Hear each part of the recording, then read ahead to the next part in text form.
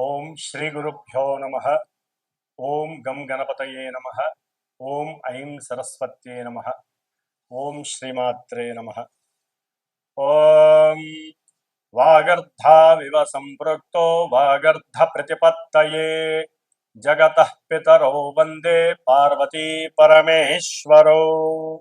ఓం చతుర్భుజే చంద్రకళావతంసే కుచోన్నతే కుంకుమరాగశోణే पुण्ड्रेक्षुपाशाङ्कुशपुष्पबाणहस्ते नमस्ते जगदेकमातः श्रीवाग्देव्यै नमः. ॐ पार्वतीपरमेश्वराभ्यां नमः. ॐ भास्कराय विद्महे महज्योतिकराय धीमहि तन्नो आदित्यः प्रचोदयात्. నిత్యము కూడా సనాతన ధర్మాన్ని ఆచరిస్తూ ఈ యొక్క భరతఖండంలో జన్మించినటువంటి సమస్త మానవులంతా కూడా ఈ యొక్క ఛానల్స్ ద్వారా అంటే భక్తిని ప్రేరేపించేటటువంటి మన యొక్క శాస్త్ర ధర్మంలో ఉన్నటువంటి నవగ్రహ జ్యోతిష్యాన్ని మరి అత్యంత తెలివిగా ప్రదర్శిస్తున్నటువంటి ఈ యొక్క ఛానల్స్ ద్వారా ఎన్నో కోట్ల మంది ఖండాంతరాల్లో ఉండి కూడా ఈ యొక్క జ్యోతిష్య పరిజ్ఞానాన్ని వింటూ ఆస్వాదిస్తూ వారికి కలిగేటటువంటి ఇబ్బందికరమైనటువంటి పరిస్థితుల్ని ముందుగా తెలుసుకొని వాటిల్ని చక్కబెట్టుకొని, ఎందుకంటే ఈ యొక్క గ్రహాలు మొత్తం కూడా మన యొక్క మనసు మీద ప్రభావితం చేస్తాయి కాబట్టి వాటి యొక్క చారలు ఏ విధంగా భ్రమిస్తున్నాయి ఈ అంతరిక్షంలో అనేది ముందే తెలుసుకొని చక్కగా వాటికి సంబంధించినటువంటి కొన్ని పరిహారాలని కూడా వారు అనుభవిస్తూ చేసుకుంటూ ఎంతో సుఖమయమైనటువంటి జీవితాన్ని అనుభవిస్తున్నారు. కాబట్టి ఇప్పుడు ముఖ్యంగా మనకి ఈ సంవత్సరం మార్చి 30వ తేదీ 2025వ సంవత్సరమున ఉగాది అనగా యుగాది అంటే క్రోధినామ సంవత్సరాన్ని వదిలివేసి తరువాత వచ్చేటటువంటి శ్రీ విశ్వావసు నామ సంవత్సరం. మరి ఈ సంవత్సరంలో ద్వాదశ రాశుల వారికి ఏ విధమైనటువంటి ఫలితాలు ఉంటాయి? ముఖ్యంగా ఈ విశ్వావసు నామ సంవత్సరానికి అధిష్టాన దేవుడు వైశ్వానరుడు అనేటటువంటి అగ్ని భగవానుడు. అంటే మనకి అగ్ని ద్వారా ఈ భూలోకంలో సమస్త మానవాళికి మంచి చెడు రెండింటికి ఉపయోగించేది అగ్నిదేవుడు. ఆ అగ్ని కిరణాల వలన మనకి ఎన్నో రకాలైనటువంటి చక్కగా ఉపయోగాలు ఉన్నాయి, ఇబ్బందులు ఉన్నాయి. కాబట్టి అగ్నికి అధిష్టాన దేవుడు ఆ సూర్య భగవానుడు కాబట్టి ఆయన యొక్క కాంతి కిరణాలు లోకాలన్నీ కూడా చక్కగా ప్రకాశింపజేస్తూ లోకాన్ని సుభిక్షంగా ఉంటూ ఆరోగ్యాన్ని ప్రసాదిస్తూ సమస్త జీవరాశుల్ని కూడా పోషిస్తున్నటువంటి ఆ సూర్య భగవానుడికి శ్రీ విశ్వావసు నామ సంవత్సరంలో వచ్చేటటువంటి గ్రహాల యొక్క స్థితిగతులన్నీ కూడా ఆయన వలన రక్షించాలని మనస్ఫూర్తిగా కోరుకుంటూ, మరి ఈ యొక్క శ్రీ విశ్వావసు నామ సంవత్సరంలో ప్రజలందరూ కూడా తమ యొక్క కుటుంబాలలో ఉన్నటువంటి సమస్త జనులతో విశ్వాసంగా, భక్తితో, ప్రేమతో, ఎటువంటి గొడవలు కలహాలు లేకుండా వారికి ఉన్నటువంటి గ్రహస్థితి రీత్యా అంటే జన్మజాతకంలో వారు అనుభవిస్తున్నటువంటి గ్రహాల యొక్క దశలు కానీ, అంతర్దశలు కానీ, విదశల ద్వారా కానీ, అవి ఇప్పుడు గోచారంలో గ్రహాలు పరిభ్రమిస్తున్నటువంటి నక్షత్ర అనుసారంగా అవి తమ యొక్క ప్రభావాన్ని చూపుతాయి. కాబట్టి అవి ఏ విధంగా ప్రభావితం చూపిస్తాయో ముందుగా తెలుసుకొని దాని ద్వారా అందరూ కూడా సుభిక్షంగా చక్కగా ఉండాలనే ఉద్దేశంతో మరి ఉగాది నామ సంవత్సరంలో ముఖ్యంగా మనకి పంచాంగ శ్రవణం అని ఉంటుంది. మరి ఈ పంచాంగ శ్రవణం ద్వారా అందరూ కూడా ప్రతినిత్యము పంచాంగాన్ని చూడటం అలవాటు చేసుకోవాలి. ఎందుకంటే పంచాంగము అంటే పంచభూతాల చేతిలో వాటి యొక్క వాటి యొక్క అధీనంలో ఉండేటటువంటి మన యొక్క పంచేంద్రియాలను చక్కగా వృద్ధి చేసి, అంటే బుద్ధిని జ్ఞానాన్ని వృద్ధి చేసే విధంగా ఈ పంచాంగం మనకి తోడ్పడుతుంది. నిత్యము మానవాళికి ఉపయోగపడేటటువంటి ఎన్నో రకాలైనటువంటి శుభ ప్రయాణాలు కావచ్చు, శుభ కార్యాలను కావచ్చు, ఈ తిథి వార నక్షత్ర యోగ కరణాల ద్వారా తెలుసుకోవడం అనేటటువంటిది చాలా ముఖ్యమైనటువంటి విధి విశేషం. మరి ఈ యొక్క పంచాంగం ద్వారా మానవాళికి తిథేశ్చ శ్రియమాప్నోతి అనగా తిథిని తెలుసుకోవటం ద్వారా చక్కగా లక్ష్మీ అనుగ్రహం కలుగుతుంది. అట్లాగే వారాత్ ఆయుష్వర్ధనం, ఈ రోజు ఏ వారము అని తెలుసుకోవడం ద్వారా ఆయువు పెరుగుతుంది అని అర్థము.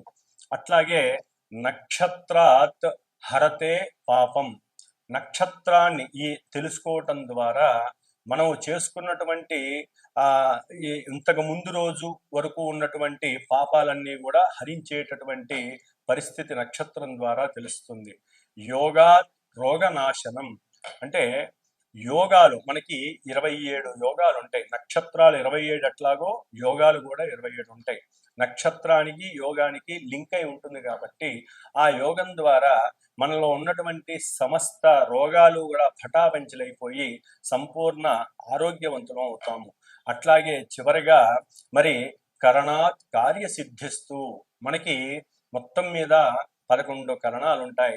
మరి ఈ కరణాలను తెలుసుకోవడం ద్వారా ఈ రోజు ఏ కరణం మంచిదా చెడుదా అని తెలుసుకోవడం ద్వారా సమస్త కార్యాలు ఆ రోజున ఫలప్రాప్తి ఫలసిద్ధి కలుగుతుంది. ఈ విధంగా పంచాంగ శ్రవణం వినడం ద్వారా, ఒకప్పుడు ఉగాది రోజున చెప్పేటటువంటి పంచాంగ శ్రవణం అంటే రాసులే కాదు, ఈ యొక్క ఉగాది రోజున పంచాంగ శ్రవణం ద్వారా మరి ఈ సంవత్సరంలో ఏ విధంగా వర్షాలు పడతాయి, అట్లాగే మనదంతా కూడా సస్యశ్యామలమైనటువంటి పంట పొలాలు, అట్లాగే వ్యవసాయ ఆధారిత భూప్రదేశంలో మనం ఉన్నాం కాబట్టి వ్యవసాయం ఏ విధంగా ఉంటుంది, ఇవన్నీ కూడా చక్కగా తెలియజేసేవాళ్ళు రాజాది నవనాయకులు. అంటే మనకి ఈ సంవత్సరం అంతా కూడా ఎవరు రాజు, ఎవరు మంత్రి, ఎవరు సైన్యాధిపతి, అర్ఘ్యాధిపతి, ఇవన్నీ కూడా తెలియజేసేటటువంటి రోజు. మరి ఈ విశ్వావసు నామ సంవత్సరంలో ముఖ్యంగా ఆదివారం అవటం ద్వారా, ఆదివారానికి గ్రహరాజు అయినటువంటి రవి రాజు కాబట్టి రాజుగా ఆయనకే పోర్ట్ఫోలియో వచ్చింది. రాజుగారికి ఈసారి 4 రకాలైనటువంటి పోర్ట్ఫోలియోస్ ఇచ్చి ఉన్నారు ఆ అంతరిక్షం. అది ముఖ్యంగా రాజుగారు ఆయనే, సైన్యాధిపతి మరి దేశాలని ప్రపంచాలని కాపాడేటటువంటి ఆ ఆధిపత్యం కూడా రాజుగారైనటువంటి రవికే ఇచ్చారు. అర్ఘ్యాధిపతి మేఘాధిపతి, వర్షాలు ఏ విధంగా పడతాయి అనేటటువంటిది, అట్లాగే అర్ఘ్యాధిపతి ఏ విధమైనటువంటి పంటలు పండేటటువంటి అవకాశం, ఇవన్నీ కూడా రాజుగారైనటువంటి రవికి ఇచ్చి ఉన్నారు. అట్లాగే మంత్రిగా సౌమ్యుడైనటువంటి ఎటువంటి దోషము లేనటువంటి చంద్రుడికి ఇచ్చి ఉన్నారు కాబట్టి చాలా వరకు చక్కటి సలహాల ద్వారా రాజుగారు పరిపాలించేటటువంటి పరిస్థితి కలుగుతుంది. ముఖ్యంగా రసాధిపతి శనియే ఉన్నాడు, సస్యాధిపతి గురుడే ఉన్నాడు, నీరసాధిపతి బుధుడు, అట్లాగే ధాన్యాధిపతి కుజుడే ఉన్నాడు. కాబట్టి ఎర్రని పంట పొలాల ద్వారా మనకి చక్కటి ధాన్యాలు లభిస్తాయి. కాకపోతే రాజుగారు కొన్నిటికి ఉండటం వలన కొన్ని రేట్లు పెరిగేటటువంటి, ధరలు పెరిగే అవకాశాలు కూడా ఉంటాయి. ఈ విధంగా మరి ఈ విశ్వావసునామ సంవత్సరంలో మనకి ఎన్నో విధాలుగా ఉపయోగాలు ఉన్నాయి, ఇబ్బందులు ఉన్నాయి. మరి ముఖ్యంగా ఈ విశ్వావసునామ సంవత్సరంలో 12 రాసుల వారందరికీ కూడా ముఖ్యంగా 4 గ్రహాల చేత పరిపాలింపబడుతూ ఉంటారు. ఎందుకంటే వీటిని ఔటర్ ప్లానెట్స్ అంటారు. అట్లాగే ఇవి చాలా లాంగివిటీ కలిగినటువంటి రోజుల్ని, నెలల్ని, సంవత్సరాల్ని పరిపాలిస్తాయి కాబట్టి వారిచ్చేటటువంటి ఫలితాలు కూడా చాలా నిదానంగా ఉంటాయి. కాబట్టి ముఖ్యంగా ఈ యొక్క సంవత్సర ఫలితాలను తెలుసుకునేటటువంటి విధి విశేషంలో ఏ రాశుల వారికి గురుడు ఎక్కడున్నాడు, ఆయన ఎప్పుడు వక్రించి ఉన్నాడు, అట్లాగే శని ఏ రాశిలోకి మారుతున్నాడు, ఆయన ఏ నక్షత్రంలో ఉంటున్నాడు, అట్లాగే రాహువు ఎప్పుడు మారుతున్నాడు, ఏ రాశిలోకి మారుతున్నాడు, కేతువు ఏ విధంగా మారుతున్నాడు అంటే గురు శని రాహుకేతువుల యొక్క రాశుల యొక్క మారటము, నక్షత్రాలు వారు ఏ నక్షత్రాల్లో ఉంటే ఆ నక్షత్రాలకు సంబంధించిన ఆధిపత్య పోర్ట్ఫోలియోస్ని వారు ఆ రాశులకి ప్రసాదిస్తారు. కాబట్టి మరి ఎప్పుడెప్పుడు వారు మారుతారు, అట్లాగే ఏ ఏ రాశుల వారికి ఏ విధమైనటువంటి సుఖ సౌఖ్యాలు ఉంటాయి, వ్యాపార అభివృద్ధి ఉంటుంది, ఇవన్నీ కూడా మనకి కావలసినటువంటి శుభకరమైనటువంటి విషయాలన్నీ కూడా మరి ఈ శ్రీ విశ్వావసునామ సంవత్సరంలో యుగాది సందర్భంగా మనం ద్వాదశ రాశి ఫలితాల్ని తెలుసుకుందాము. అట్లాగే ప్రతి ఒక్కరూ కూడా ఈ ఉగాది నామ సంవత్సరంలో మర్చిపోకుండా ఇప్పటి నుంచి మనసులో సంకల్పించుకోండి. ఉగాది అంటే గొప్ప పండగ.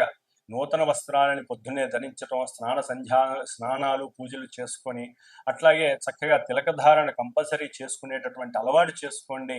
తిలకధారణ వలన ఆయుష్ పెరుగుతుంది, అవతల వ్యక్తులు వశీకరణం అవుతారు. అంటే మనకి శుభకరమైనటువంటి వ్యాపారస్తులు కావచ్చు, ఉద్యోగస్తులు కావచ్చు, వివాహం కాని వారు కావచ్చు, విద్యార్థులు కావచ్చు, కుంకుమ ధారణ వలన పొందేటటువంటి లాభాలు అన్నీ కాదు, కుంకుమ ధారణ లేకపోవటం వలన మనలో ఉన్నటువంటి షట్చక్రాలన్నీ కూడా నిద్రావస్థలోనే ఉండి చైతన్యం అనేటటువంటిది జరగదు.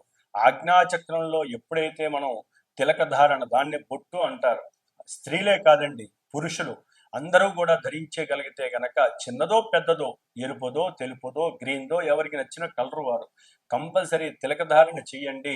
ఇది మన సనాతన ధర్మంలో తిలకధారణ అనేటటువంటిది ముఖ్యమైనటువంటి ఈ యొక్క ఆజ్ఞాచక్రం, ముఖానికి సంబంధించినటువంటి ఆజ్ఞాచక్రంలో అమ్మవారికి మనం పెడుతున్నటువంటి ప్రసాదంగా భావించండి. ఉదయాన్నే బొట్టు పెట్టిన వాళ్ళు మళ్ళీ స్నానం చేసేంత వరకు కూడా బొట్టు అట్లాగే ఉంటుంది. కాబట్టి బొట్టు పెట్టడం అలవాటు చేసుకోండి. ప్రతి ఇంట్లో కూడా మగవారు తప్పనిసరిగా బయటికి వెళ్ళేటప్పుడు ఉదయంలో, ఆఫీస్ వ్యక్తులైనా సరే, ఉద్యోగానికి వెళ్ళేవారు, లేకపోతే వ్యాపారస్తులైనా సరే, లేదా ఇంట్లో తమ పనులు చేసుకునే మగవారైనా సరే, ముందు దీపారాధన చేయటం అలవాటు చేసుకోవాలి. ఎందుకంటే ఒక్క పూట మీరు దీపారాధన మీకు తోచినటువంటి ఆవు నెయ్యో, నువ్వుల నూనె, కొబ్బరి నూనె మీ గ్రహస్థితిని అనుసరించి చక్కగా చేయండి. దాని ద్వారా మీ ఇంట్లో అష్టైశ్వర్యాలు కలుగుతాయి. స్త్రీలు తర్వాత చేసే వాళ్ళ దీపారాధనలో పూజలు వారు చేసుకుంటారు. మగవారు మాత్రం దీపారాధన చేసుకొని భగవంతుడి నమస్కారం చేసుకొని బయటికి వెళ్తే ఆ ఇల్లు ఎప్పుడు సుభిక్షంగా ఉంటుంది. ఆ కుటుంబంలో ఎటువంటి పరిస్థితులు అంటే ప్రతికూలమైనటువంటి పరిస్థితులు, అశౌచాలు కలగకుండా ఉంటాయని శాస్త్రం నిర్దేశించింది. కాబట్టి తప్పకుండా దీపారాధన చేయండి. ముందు అవతల వ్యక్తితో మాట్లాడేటప్పుడు ప్రశాంతంగా, నిర్మలత్వంగా, నిర్భయంగా, ధైర్యంగా, ఎటువంటి మనసులో అసూయ, ఈర్ష్య, ద్వేషాలు లేకుండా చక్కగా మాట్లాడడం అలవాటు చేసుకోండి. దాని ద్వారా గ్రహస్థితుల్లో ఎంత లోపాలున్నా కూడా ఆ గ్రహాలన్నీ కూడా మీకు దాసోహం అవుతాయి. మన యొక్క మనసే మన యొక్క గ్రహస్థితి అని అందరూ తెలుసుకోవడం చాలా ఉత్తమం. ఈ కర్కాటక రాశి వారికి ఈ సంవత్సరం యోగకారకుడైనటువంటి షష్ఠమ భాగ్యాధిపతి అయినటువంటి గురుడు 3 రాశుల యందు ప్రవేశం చేస్తున్నాడు, అంటే సంచారం చేస్తున్నాడు. ముఖ్యంగా కర్కాటక రాశి వారికి రేపు మే 14 వరకు కూడా వృషభ రాశిలో ఈ గురుడు సంచారం చేస్తూ చక్కటి ఉద్యోగంలో ఆర్థిక లాభాలను తెచ్చిపెడుతున్నాడు. కుటుంబంలో చక్కటి సంతానం ద్వారా లాభాన్ని ఇస్తున్నాడు. అట్లాగే దూర ప్రాంతాల యందు ధనం కొంచెం అప్పు చేసి ఖర్చు పెట్టినా కూడా అవి తీర్చేటటువంటి పరిస్థితిని ఇస్తున్నాడు. కాబట్టి కర్కాటక రాశి వారికి గురుడు వలన లాభసిద్ధి కలుగుతుంది. మరి ఈ గురుడు మరి మే 14 తర్వాత మిథున రాశిలోకి వచ్చినప్పుడు 12వ రాశి అవుతుంది. మరి 12వ రాశి వచ్చినప్పుడు ఇది మిథున రాశి అవ్వడం ద్వారా ఇక్కడ వీరు చేసేటటువంటి వ్యాపారాలు ఏవైనా ఉన్నట్లయితే వీటిల్లో కొంత ఆర్థికపరమైనటువంటి నష్టాలు కనిపిస్తాయి. అట్లాగే వ్యాపార విస్తరణ చేసేటప్పుడు వారి యొక్క ఆలోచన కుంటుపడే అవకాశం ఉంటుంది. పూర్వ పుణ్యఫలం అనేటటువంటి తగ్గే అవకాశం ఉంటుంది. అట్లాగే వీరి యొక్క గృహంలో వీరికి కొంత ఎగైనిస్ట్ కలిగినటువంటి వాతావరణం కలుగుతుంది. సంతాన పరంగా ముందు వీరికి కొంత ప్రతికూలతలు, ప్రతిబంధకాలు వస్తాయి. అట్లాగే గురువుల యొక్క మన్నన తగ్గుతుంది. వారి యొక్క ఆశీర్వచన తీసుకోవడం చాలా ఉత్తమం వీరు. ఎందుకంటే ఈ గురుడు యొక్క దృష్టి 6వ స్థానం మీద పడేసరికి ఈ కర్కాటక రాశి వారికి మే 14 నుంచి అక్టోబర్ 18 వరకు కూడా కొంత అనారోగ్య పరమైనటువంటి సూచనలు కనిపిస్తున్నాయి. తండ్రి పరంగా అంటే పితృపరమైనటువంటి అనారోగ్య సూచనలు, వారిని హాస్పిటల్కి తీసుకెళ్ళటం, ధనం ఖర్చు అవ్వటం, ఇలాంటివన్నీ కనిపిస్తున్నాయి. కాబట్టి వీరు గురు చరిత్ర పారాయణ చేయడం విశేషం. అట్లాగే తండ్రి గారిని ఎప్పటికప్పుడు పాదాలకు నమస్కారం చేసి తండ్రితో ఆనందంగా మాట్లాడడం మాత్రం మర్చిపోకండి. విరోధాలను పెంచుకోకండి తండ్రితో కర్కాటక రాశి వారు. అట్లాగే ముఖ్యంగా కర్కాటక రాశి వారు సంతానంతో కూడా అనుకూలంగా మాట్లాడటం ప్రారంభం చేయండి. దానివల్ల చక్కటి ఆర్థిక లాభం మీకు కలుగుతుంది. అట్లాగే ఈ గురుడు అక్టోబర్ 18 తర్వాత కర్కాటక రాశి జన్మరాశిలోకి ప్రవేశించడం ద్వారా ఉద్యోగంలో వీరు అనుకున్నటువంటి సౌఖ్యప్రదమైనటువంటి స్థాయికి ఎదుగుతారు. అట్లాగే తండ్రి యొక్క పిత్రార్జితం వల్ల అఖండమైనటువంటి గృహలాభం కలిగే అవకాశం ఉంటుంది. ఎప్పటి నుంచో ఆగిపోయినటువంటి గృహాలకి సంబంధించి వీరు ఎక్కువ అంటే కన్స్ట్రక్షన్ చేసేటటువంటి అవకాశం కలుగుతుంది. ప్రయాణాలు, దూర ప్రయాణాలు, తీర్థయాత్రలు చేసేటటువంటి పరిస్థితి ద్వారా వీరు ఆనందాన్ని పొందే అవకాశం కలుగుతుంది. కాబట్టి కర్కాటక రాశి వారికి మరి మార్చి 30వ తేదీ నుండి కూడా అంటే ఉగాది నుంచి కూడా అష్టమ శని ప్రాబల్యం వెళ్ళిపోతోంది. దీనివలన వీరు ఆనందపడేటటువంటి పరిస్థితి, అటు గురుబలం వస్తుంది, అటు ఇటుగా కొన్ని సమయాల్లో ఇబ్బందులు తప్ప అష్టమ శని వెళ్ళి భాగ్యంలో అంటే మీనరాశిలోకి ఈ శని భగవానుడు ఎప్పుడైతే వెళ్తాడో వీరికి భాగ్యం వరిస్తుంది. కర్కాటక రాశి వారికి ఇప్పటి వరకు అనుభవిస్తున్న కొన్ని దరిద్రాలు, అట్లాగే వీరికి ఎదురవుతున్నటువంటి కొన్ని సమస్యలు, మానసికంగా వీరు ఎన్నో బాధలు పడి ఒక్కోసారి జీవితం మీద విరక్తి పుట్టి కొన్ని అఘాయిత్యాలకు పాల్పడినటువంటి పరిస్థితులు కూడా ఈ కర్కాటక రాశి వారికి కనిపించినాయి. అష్టమ శని రంధ్రశని కాబట్టి, మృత్యుశని కాబట్టి వారు అవన్నీ దాటుకొని ఆ సముద్రంలోంచి ఒక ఒడ్డుకు పడుతున్నట్టుగా భావించాలి. మరి భాగ్యంలో శని ఉండటం ద్వారా మీరు ఈ కర్కాటక రాశి వారికి సప్తమాధిపతి భాగ్యంలో ఉండటం ద్వారా కొంచెం వివాహపరమైనటువంటి కుటుంబ సమస్యల ద్వారా కొంతమంది వారి జాతకంలో ఏదైనా ద్వికలత్ర యోగం అంటే ద్వితీయ కళ్యాణ యోగం ఉన్నప్పుడు వీరికి కొంచెం ఇది ఒక నెగిటివ్గా కనిపిస్తుంది. కాబట్టి ఇలాంటి రెండో పెళ్లిళ్ళు చేసుకునే ఆలోచన వచ్చినప్పుడు దాన్ని కట్ చేయండి. ఉన్నటువంటి వివాహ వ్యవస్థని గట్టి చేసుకోవడానికి ప్రయత్నం చేయండి. సమస్యలు అందరికీ ఉంటాయి. కాబట్టి శని భగవంతుడు నవమంలో ఉండటం, తర్వాత రాహువు జూలైలో ఆయన మీనరాశిలోంచి అంటే ఆయన జూలైలో మారటం ద్వారా రాహువు అష్టమంలోకి రావటం ద్వారా కర్కాటక రాశి వారికి మరికొన్ని భార్యా సంబంధిత అంటే కలత్ర సంబంధిత ఇబ్బందులు, వ్యాపారంలో కాస్త ధన నష్టాలు కలిగే అవకాశము, రాజకీయ నాయకులకి ఒత్తిళ్లు ఎక్కువైపోయి వారికి కూడా ఎన్నో మాటలు పడే పరిస్థితులు వస్తాయి. అనుకున్నటువంటి ఇన్ఫ్లుయెన్స్ తగ్గిపోతుంది. కాబట్టి కర్కాటక రాశి వారికి అష్టమ రాహు ప్రభావం, ద్వితీయంలో కేతువు కొంతవరకు ఆర్థికపరమైనటువంటి లాభాల్ని, షేర్స్లో కొంత లాభాల్ని ఇచ్చే అవకాశం ఉంటుంది.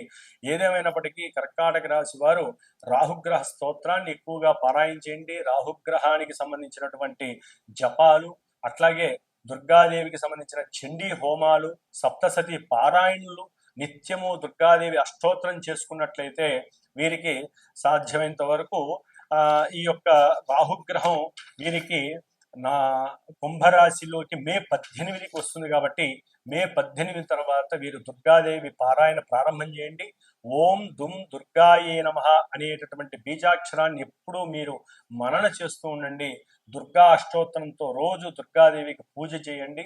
మీకు కలిగేటటువంటి కొన్ని ఇబ్బందికరమైనటువంటి ఆటంకాలన్నీ కూడా అలా అమ్మవారు తీసేసి మీకు చక్కటి ఆకస్మిక ఉద్యోగ అభివృద్ధి లాభాన్ని, ధన ప్రాప్తిని కలుగజేయడంలో ఎటువంటి ఇబ్బంది లేదు అని చెప్పడంలో దుర్గాదేవి మీకు సహకరిస్తుంది.